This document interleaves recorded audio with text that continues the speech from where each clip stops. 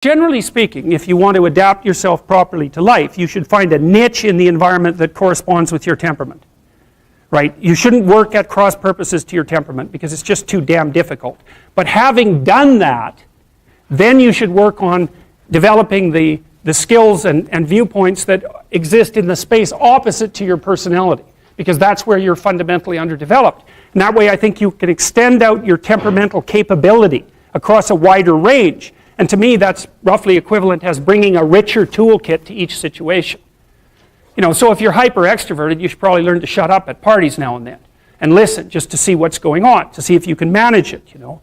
And if you're introverted, well, then you should learn how to speak in public and to learn how to go to parties without hiding in the corner and saying nothing to anyone.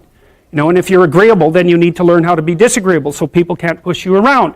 And if you're disagreeable, you need to learn how to be agreeable so that you're not an evil son of a bitch. So, and the same thing applies even in the conscientious domain. It's like if you're too conscientious, you need to learn to relax and let go a little bit. And if you're unconscientious, it's time like, get out the Google Calendar, man, and start scheduling your day, right? And beat yourself on the back of the head with a stick until you're disciplined enough so that you can actually stick to something for some length of time and not living in absolute squalor, which is something that would characterize someone who's very disorderly, for example, because they don't notice. It doesn't bother them, disorder. It's like, maybe they can see it, but it doesn't have any emotional valence, and so it doesn't have any motivational significance.